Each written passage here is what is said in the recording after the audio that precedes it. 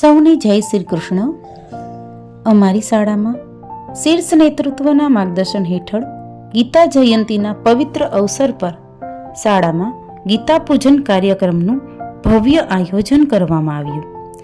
ગીતા જયંતી એ માત્ર ઉત્સવ નથી, પરંતુ જીવનમાં કર્તવ્ય, શાંતિ અને આત્મજાગૃતિ પ્રગટ કરવાનો દિવસ છે.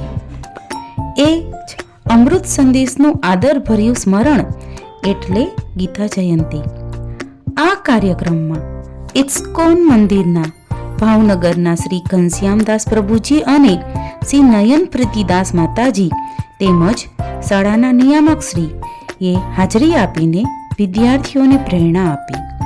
વિદ્યાર્થીઓ દ્વારા ગીતાનું મહત્વ રજૂ કરાયું અને વિવિધ અધ્યાયોના શ્લોકનું જ્ઞાન કરવામાં આવ્યું.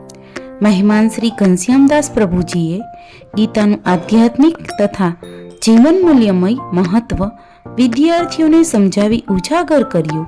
ત્યારબાદ માતાજીએ સામૂહિક ભજન કરાવી વાતાવરણને ભક્તિમય બનાવી દીધું. આ સમગ્ર કાર્યક્રમનું સુવ્યવસ્થિત અને મનોહર સંચાલન કરવાનો શુભ અવસર મને પ્રાપ્ત થયો. અસ્તુ. વંદે માતરમ.